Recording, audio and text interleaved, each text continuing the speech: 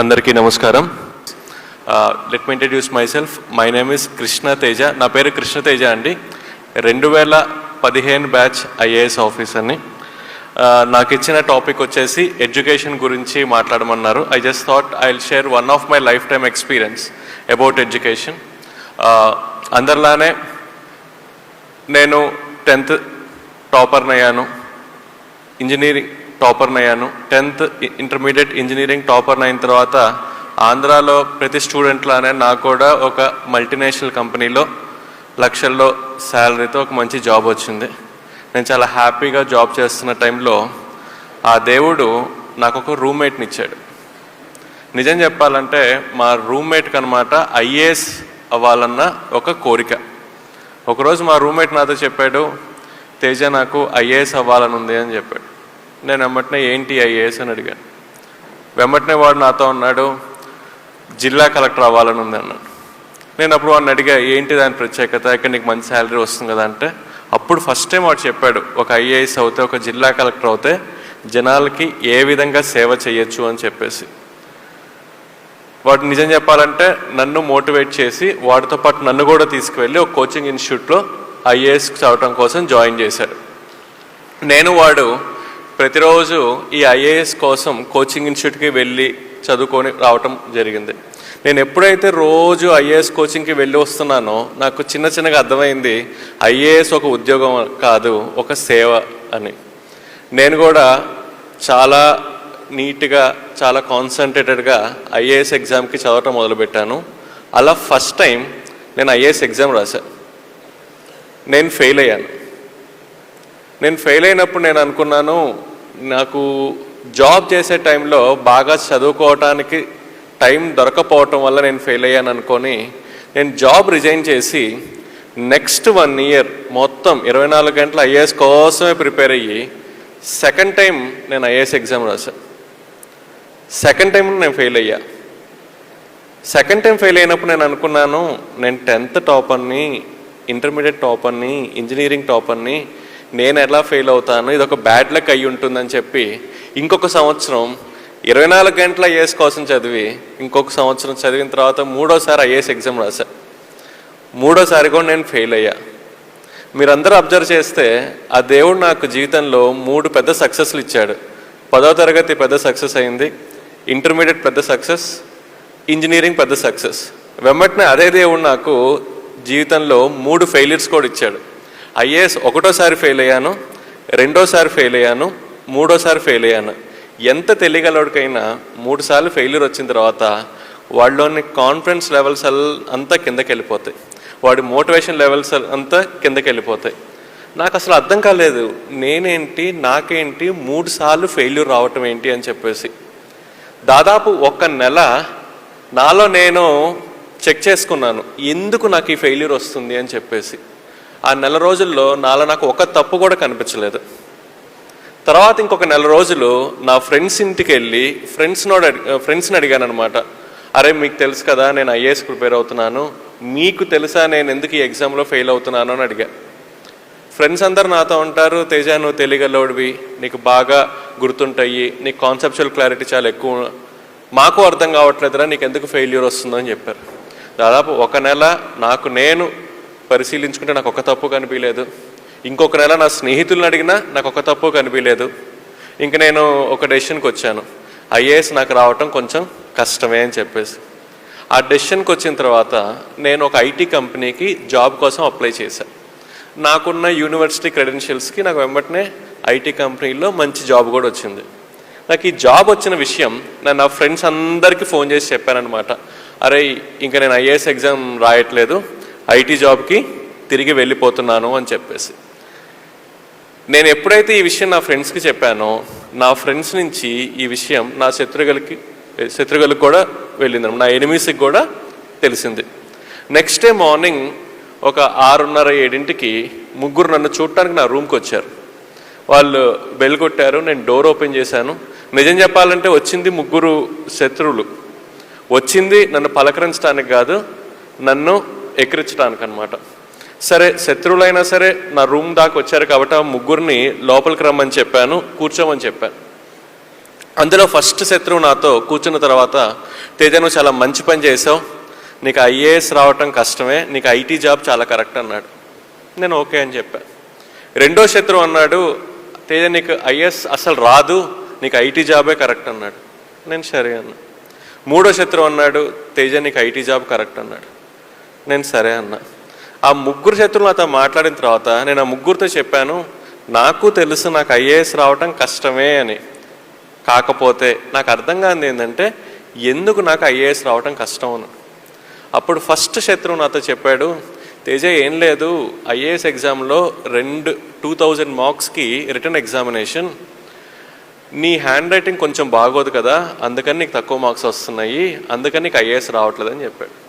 వాడు చెప్పింది నిజమే, నా హ్యాండ్ రైటింగ్ బాగోదు, కాకపోతే నాకు తెలియంది ఏంటంటే నా హ్యాండ్ రైటింగ్ కారణం వల్ల నాకు ఐఏఎస్ రావట్లేదన్న ఒక విషయం.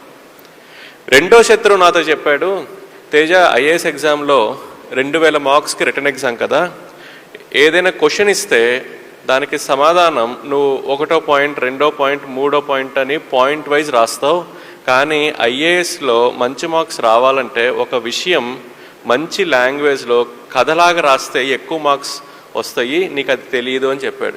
వాడు చెప్పింది కరెక్టే. నేను ఇంజనీరింగ్ స్టూడెంట్ని, ఏదైనా క్వశ్చన్ ఇస్తే 1వ పాయింట్ 2వ పాయింట్ 3వ పాయింట్ ఎట్లా రాయాలో నాకు తెలుసు, కానీ ఒక విషయం మంచి భాషలో ఒక ఆర్ట్స్ స్టూడెంట్ రాసే విధంగా రాయటం నేను ఎప్పుడు నేర్చుకోలేదు, నాకు తెలియదు.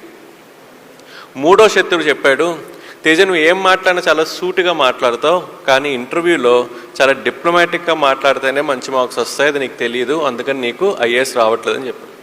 అట్లా 3 శత్రువులు నాకు 3 కారణాలు చెప్పి వాళ్ళు తిరిగి వెళ్ళిపోయారు. ఆ క్షణంలో నాకు జీవితంలో ఒక సత్యం అర్థమైంది. ఏంటి అంటే మన జీవితంలో పాజిటివ్స్ ఏంటో తెలుసుకోవాలి అంటే మనం ఎవరిని అడగాలి? మన ఫ్రెండ్స్ని అడగాలి. అదే మన జీవితంలో నెగిటివ్స్ ఏంటో తెలుసుకోవాలంటే మనం అడగాల్సింది డైరెక్ట్గా వెళ్ళి మన శత్రువుల్ని. కారణం ఏంటి? మన శత్రువుల యొక్క పని ఏంటి? 24 గంటలు మనల్ని అబ్జర్వ్ చేస్తూ మనలో ఉన్న నెగిటివ్స్ ఐడెంటిఫై చేయటం మన శత్రువుడు పని. సో మనకన్నా మనలో ఉన్న నెగిటివ్స్ ఎవరికి తొందరగా తెలుస్తాయి? మన శత్రువులకి. నాకు నా శత్రువుల కారణం వల్ల చాలా క్లియర్గా అర్థమైంది నాకు ఐఏఎస్ రాంది 3 కారణాలు అని. హ్యాండ్ రైటింగ్, నేను సమాధానం ఎలా రాస్తున్నాను అనే విషయం మీద, నేను మాట్లాడే విషయం మీద. వెంబటనే నేను మా నాన్నగారికి ఫోన్ చేశాను. నాన్నగారు నాకు ఇంకొక సంవత్సరం కూడా కావాలి, నేను ఇంకోసారి కూడా ఐఏఎస్ రాద్దామని. వెంబటనే మా నాన్నగారు తిట్టారనమాట. ఇంకేంటి 3 సార్లు నువ్వు ఫెయిల్ అయ్యావు, ఇంకా నువ్వు రిస్క్ తీసుకోవద్దు, వెళ్ళి జాబ్లో జాయిన్ అవ్వు అని చెప్పి. తర్వాత మా అమ్మకి ఫోన్ చేశా, మా అమ్మ కూడా తిట్టింది. అప్పుడు నేను మా అక్కకి చేసి మా అక్కని అడిగా, అక్క అమ్మని నాన్నకి కన్విన్స్ చేసి నాకు 1 సంవత్సరం ఇప్పించు, దాని తర్వాత మీరేం చెప్తే అది చేస్తా అని చెప్పా. మా అక్క మా అమ్మ మా నాన్నని కన్విన్స్ చేసి నాకు 1 సంవత్సరం నాకు ఇప్పించింది. అట్లా నా చేతికి 1 సంవత్సరం టైం వచ్చింది. 3 కారణాలు వచ్చాయి. ఫస్ట్ కారణం హ్యాండ్ రైటింగ్. నేను హ్యాండ్ రైటింగ్ కోసం వెతుకుతున్న సమయంలో ఒక రోడ్డు మీద ఒక ఇంటి ముందు ఒక బోర్డు ఉంది, ఇక్కడ హ్యాండ్ రైటింగ్ నేర్పబడును అని చెప్పి. నేను బండి తీసుకెళ్ళి అక్కడ ఆఫ్ చేసి బెల్ కొట్టాను. ఒక టీచర్ బయటకు వచ్చింది. నేను ఆ టీచర్ని అడిగాను, టీచర్ నాకు హ్యాండ్ రైటింగ్ నేర్పిస్తారా అని అడిగాను. వెంబటి నా టీచర్ అంది, ఇబ్బంది లేదండి, మీ అబ్బాయినో అమ్మాయినో తీసుకురండి, నేను నేర్పిస్తానంది. సో నేను అన్నాను, మా అబ్బాయికో అమ్మాయికో కాదండి, నాకు హ్యాండ్ రైటింగ్ నేర్చుకునే ఆమె షాక్ అయింది. ఇదేంటి 6 అడుగులుండి 25 వయసు ఉండి ఒకడు వచ్చి నేను హ్యాండ్ రైటింగ్ నేర్పించమంటున్నాడు అని చెప్పి. నేను ఆ టీచర్కి అర్థమయ్యే విధంగా చెప్పాను, టీచర్ నేను ఇట్లా ఐఏఎస్ అవుదాం అనుకుంటున్నాను, నా హ్యాండ్ రైటింగ్ కొంచెం బాగోదు, so I want to improve my hand writing అని. ఆమె నాకు 1 నెల రోజులు హ్యాండ్ రైటింగ్ నేర్పించింది. తర్వాత సంవత్సరం ప్రతిరోజు 2 గంటలు నేను హ్యాండ్ రైటింగ్ మాత్రమే ప్రాక్టీస్ చేశాను. ఈరోజు నేను నా ఆఫీస్లో నేను ఏమైనా ఫైల్ మీద రాస్తే మా క్లర్క్ కానీ నాతో పనిచేసే వాళ్ళు కానీ అడుగుతారు, సార్ ఇది ప్రింట్అవుటా హ్యాండ్ రైటింగ్ అని చెప్పి. ఆ విధంగా నేను నా హ్యాండ్ రైటింగ్ని మార్చుకున్నాను. రెండోది, ఒక సమాధానం ఒక ఆన్సర్ ఎలా రాయాలనే విషయం. ఆల్రెడీ ఐఏఎస్ వచ్చిన ఒక మేడం ఉంది, బాలలత మేడం అని చెప్పేసి. నేను ఆ మేడం ఇంటికి వెళ్ళి, మేడం నాకు ఒక క్వశ్చన్కి ఆన్సర్ ఎలా రాయాలో గైడ్ చేస్తారా అని అడిగాను. మేడం రేపు రా అంది. నేను రేపు వెళ్ళి మేడంని కలిసా. మళ్ళీ రేపు రా అంది. మళ్ళీ నెక్స్ట్ డే వెళ్ళి మేడంని కలిసా. అట్లా 1 వీక్ మేడం నెక్స్ట్ డే అంది. నేను మేడం చెప్పిన స్థలంలో మేడం చెప్పిన సమయానికి వెళ్ళి మేడంని కలిసా. 7వ రోజు మేడం చెప్పింది, కృష్ణ నాకు అర్థమైంది నువ్వు ఒక కమిటెడ్ స్టూడెంట్ అని, నేను ఒక పని చెప్తా, నేను నీకు 365 ఎగ్జామ్స్ పెడతాను. ప్రతి ఎగ్జామ్ 3 గంటలు. ప్రతి ఎగ్జామ్ ఎర్లీ మార్నింగ్ 4 మా ఇంటికి వచ్చి రాయాలి. నువ్వు 4 వచ్చి 7 దాకా రాయాలి. ఏదైనా కారణం వల్ల నువ్వు ఒక ఎగ్జామ్ రాయకపోయినా, ఒక ఎగ్జామ్ లేట్గా రాసినా అది నీ లాస్ట్ ఎగ్జామ్ అవుతుందండి. సో నేను మేడం చెప్పిన విధంగా 1 సంవత్సరం ప్రతిరోజు మేడం ఇంటికి 4 వెళ్ళి 3 గంటల ఎగ్జామ్ 365 రోజులు రాశాను. నేను 365 రోజులు ఎప్పుడైతే ఎగ్జామ్ రాశానో ఆటోమేటిక్గా ఒక సమాధానం మంచి భాషలో కథలాగా ఎలా రాయాలో నాకు అర్థమైపోయింది. అదేవిధంగా నా మాట తీరు మార్చుకోవటం కోసం ఆల్రెడీ ఐఏఎస్ చదువుతున్న పిల్లలకి నేను కోచింగ్ ఇవ్వటం మొదలుపెట్టాను కోచింగ్ ఇన్స్టిట్యూట్లో. నేను ఎప్పుడైతే పిల్లలకి టీచర్గా అయ్యి కోచింగ్ ఇవ్వటం మొదలుపెట్టానో నాకు వెంబటిన అర్థమైంది ఒక విషయం, ఎదురు వ్యక్తికి బాగా అర్థమయ్యే విధంగా ఎలా మాట్లాడాలను. అట్లా 1 సంవత్సరంలో నేను ఈ 3 కారణాలని ఓవర్కమ్ చేసి 4వసారి ఐఏఎస్ కోసం ప్రిలిమ్స్ ఎగ్జామ్ రాశాను, క్లియర్ చేశాను. మెయిన్స్ ఎగ్జామ్ రాశాను, క్లియర్ చేశాను. అండ్ ఇంటర్వ్యూలో పార్టిసిపేట్ చేశాను, క్లియర్ చేశాను. I got all India 66 rank. So దాని తర్వాత I got Kerala cadre. So first 9 years I have to work in Kerala. అలా నేను అలపిలో 2 years సబ్ కలెక్టర్గా పనిచేశాను. తర్వాత 4 years కేరళ టూరిజం డైరెక్టర్గా. I was the youngest director general of Kerala tourism and the longest surviving director general of Kerala tourism for 4 years. దాని తర్వాత I worked in Alleppey and then I worked in Thrissur. Currently I'm working in Thrissur as district collector. So మీ అందరికీ తెలుసు IAS జీవితంలోనే చాలా important అయిన post జిల్లా collector అన్న పోస్ట్. నేను 2015లో ఐఏఎస్ అయినప్పటి నుంచి నేను బాగా ఎదురు చూస్తున్న ఒక నిమిషం, నేను ఎప్పుడు జిల్లా కలెక్టర్ అవుతాను అని చెప్పేసి. అట్లా 2015 నుంచి నేను ఎదురు చూస్తుంటే 2022 ఆగస్టు 2వ తారీఖు నాకు ఈవినింగ్ 7:30కి ఒక ఫోన్ వచ్చింది, రేపొద్దున వెళ్ళి అలపిలో జిల్లా కలెక్టర్గా ఛార్జ్ తీసుకో అని చెప్పేసి. అట్లా ఆగస్టు 3వ తారీఖు 2022 నేను అల్లపురాలో జిల్లా కలెక్టర్గా ఛార్జ్ తీసుకున్నాను. జిల్లా కలెక్టర్గా ఛార్జ్ తీసుకున్న తర్వాత నేను బాగా ఈగర్గా వెయిట్ చేస్తున్న ఒక క్షణం, నేను జిల్లా కలెక్టర్ అన్న పోస్ట్లో సైన్ చేయబోతున్న ఫస్ట్ ఫైల్ ఏదై ఉండొచ్చు అని చెప్పేసి. అట్లా బాగా ఈగర్గా వెయిట్ చేస్తున్నప్పుడు ఒక క్లర్క్ ఒక ఫైల్ పట్టుకుని ఒక క్యాబిన్లోకి వచ్చింది. నేను క్లర్క్ని అడిగాను ఏంటి ఆ ఫైల్ అని చెప్పేసి. అప్పుడు ఆ క్లర్క్ చెప్పింది, సార్ వర్షాలు పడుతున్నాయి కదా, రేపు పిల్లలకి హాలిడే ఇచ్చే ఫైల్ సార్ అంది. సో నా జీవితంలో జిల్లా కలెక్టర్గా నేను సైన్ చేసిన ఫస్ట్ ఫైల్ ఏంటయ్యా అంటే పిల్లలకి హాలిడే డిక్లేర్ చేయటం. నార్మల్లీ పిల్లలకి హాలిడే ఇస్తేనే వాళ్ళు భయంకరంగా సంతోషంగా ఫీల్ అవుతారు. అది ఫస్ట్ ఫైల్, ఫస్ట్ సిగ్నేచరే హాలిడే ఇస్తే they were very very happy. So జిల్లా కలెక్టర్ ఫస్ట్ ఫైలే పిల్లలకి హాలిడే డిక్లేర్ చేయటం అనేది ఒక పెద్ద న్యూస్ అయిపోయింది అనమాట. సో అలపిలో ఉన్న పిల్లలందరూ నన్ను చాలా హ్యాపీగా థ్యాంక్ యూ కలెక్టర్ మామయ్య అని చెప్పేసి ఫేస్బుక్లో they started sharing their happiness that I declared a holiday to them. అట్లా ఒక 2 weeks తర్వాత ఒక అమ్మాయి నన్ను చూడటానికి వచ్చింది. నేను అడిగాను ఏంటమ్మాయి ఇంటికి వచ్చావు అంటే, అమ్మాయి చెప్పింది అందరూ మిమ్మల్ని కలెక్టర్ మామయ్య అని పిలుస్తున్నారు కదా, సో నేను కూడా ఒక చనువు తీసుకొని మిమ్మల్ని ఒక సహాయం కోసం వచ్చాను అంది. ఏం సహాయం కావాలి అన్నాను. అప్పుడు అమ్మాయి నాతో చెప్పింది, మా నాన్నగారు కోవిడ్ టైంలో చనిపోయారు, నాకు నర్సింగ్ చదువుకోవాలని చెప్పి చాలా కోరిక, కానీ మా అమ్మకి నర్సింగ్ ఫీ పే చేసే స్థితి ఈరోజు ఈ నర్సింగ్కి ఫీ పే చేసే పరిస్థితి ఈరోజు మా ఇంట్లో లేదు అని చెప్పింది అనమాట. అప్పుడు నేను అడిగాను ఏం కావాలి అంటే, నాకు ఎవరైనా స్పాన్సర్ని చూస్తారా నర్సింగ్కి ఫీ పే చేయడానికి అండి, నేను ట్రై చేస్తానని చెప్పి. అప్పుడు నాకు తెలిసిన చాలా పెద్ద హీరో అయిన శ్రీ అల్లు అర్జున్ గారికి ఫోన్ చేశాను, ఇట్లా ఒక అమ్మాయి ఉంది మీరు ఏమైనా హెల్ప్ చేస్తారా అంటే. అప్పుడు అల్లు అర్జున్ గారు కూడా 1 సంవత్సరం కాదు 4 సంవత్సరాలు కావాల్సిన ట్యూషన్ ఫీ, హాస్టల్ ఫీ మొత్తం నేనే పే చేస్తానని చెప్పి మొత్తం ఆయన కాలేజ్లో పే చేశారు. ఈ అమ్మాయి కాలేజ్కి వెళ్ళి రావటం మొదలుపెట్టింది. మీకు తెలుసు కదా, అల్లు అర్జున్ గారు సహాయం చేశారంటే అది ఆబ్వియస్లీ ఇంకా పెద్ద న్యూస్ అయిపోతుంది. సో అది కేరళ మొత్తం పెద్ద న్యూస్ అయిపోయింది అనమాట.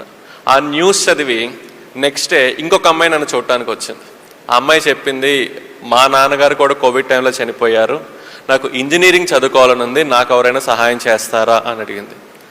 ఆ టైంలో నాకు ఒక విషయం అర్థమైంది ఏంటంటే, పిల్లలు నన్ను ఊరికే కలెక్టర్ మామయ్య అని పిలవట్లేదు, వాళ్ళు నాతో చెప్తున్నారు మా అమ్మ మా నాన్న తర్వాత మమ్మల్ని చూసుకునే రెస్పాన్సిబిలిటీ మీకు ఉంది అని చెప్పడానికి వాళ్ళు నన్ను అలా పిలుస్తున్నారన్న విషయం నాకు అప్పుడు అర్థమైంది. అప్పుడు నేను నా మనసులో ఒక మాట అనుకున్నాను, నేను అలపీకి జిల్లా కలెక్టర్గా ఉన్న టైంలో అలపీలో ఎంతమంది పిల్లలకైతే కోవిడ్ టైంలో అమ్మా నాన్న చనిపోయారో వాళ్ళందరికీ వాళ్ళు చదువుకునేదాకా స్పాన్సర్ని ఐడెంటిఫై చేసి ఇస్తాను అని చెప్పేసి నేను ఆ మనసులో మాట అనుకున్నప్పుడు నాకున్న ఒక ఊహ ఏంటంటే ఒక 20-30 మంది పిల్లలకి అయి ఉంటారు అమ్మ నాన్న చనిపోయిందని. కానీ సర్వే చేసిన తర్వాత నాకు అర్థమైంది ఏంటంటే అలపీలో కోవిడ్ టైంలో అమ్మ నాన్న చనిపోయిన పిల్లలు 20-30 కాదు, 100 కాదు, 200 కాదు, 293 మంది పిల్లలకి కోవిడ్ టైంలో అలపీలో అమ్మ నాన్న చనిపోయారు. కానీ మనసులో ఒక మాట తీసుకున్నాను కాబట్టి వాళ్ళ కోసం నేను ట్రై చేయటం మొదలుపెట్టాను. 6 నెలల్లో 293 మందికి వాళ్ళు చదువుకునేదాకా స్పాన్సర్ని ఐడెంటిఫై చేసి వాళ్ళకి ఇచ్చిన తర్వాతే నేను అలపీ నుంచి మారి త్రిశూర్లో ఛార్జ్ తీసుకున్నాను. సో ఒక మాటలో చెప్పాలంటే అలపీలో there is no covid orphan who can discontinue his studies because of financial issues. So Alleppey నుంచి నేను త్రిశూర్కి వెళ్ళంగానే అగైన్ పిల్లలందరికీ ఒక ఎక్స్పెక్టేషన్ ఉంటుంది, ఎందుకంటే అలపీలో కోవిడ్ అందరికీ నేను హెల్ప్ చేశాను కాబట్టి త్రిశూర్లో కూడా. సో త్రిశూర్లో 609 పిల్లలు ఉన్నారనమాట. ఈ 609 పిల్లలకి కూడా వాళ్ళు చదువుకునేదాకా సహాయం చేసే స్పాన్సర్ని నేను వాళ్ళకి ఇచ్చేశాను. సో టోటల్ చూసుకుంటే అలపీ అండ్ త్రిశూర్ అరౌండ్ 1000 పిల్లలకి మేము హెల్ప్ చేశాం. ఈ విషయం ఇక్కడ దాకా వచ్చి మీ అందరికీ చెప్పే కారణం ఏంటంటే ఈ 1000 మందిలో దాదాపు ఒక 100-150 మంది సహాయం చేసింది మీ రొటేరియన్సే. So I thought I should thank all of you for being part of this journey. నా ఒక జర్నీలో మీరందరూ భాగం అవటం వల్ల I thought I should share and I should personally thank the fraternity of Rotarians for coming forward and support.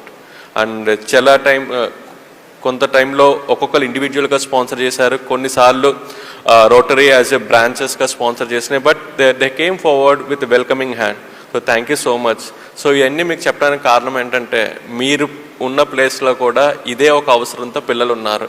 అలపిలోనే కాదు పిల్లలకి అమ్మ నాన్న చనిపోయింది, త్రిశూర్లోనే కాదు పిల్లలకి కోవిడ్ టైంలో అమ్మ నాన్న చనిపోయింది, ఈవెన్ విజయవాడలో కూడా నాకు తెలిసి ఇదే ఒక పరిస్థితి ఉంటుంది, గుంటూరులో కూడా ఇదే పరిస్థితి ఉంటుంది, మీరున్న ఏరియాస్ కూడా ఇదే పరిస్థితి ఉంటుంది. So wherever it is possible try to support this children. There are this children, okay, Covid కారణం వల్ల ఇబ్బంది పడుతున్న పిల్లలు ఉన్నారు. So they need your support. Looking forward and thank you so much for giving me this opportunity and hope I made it short and interactive. Thank you so much.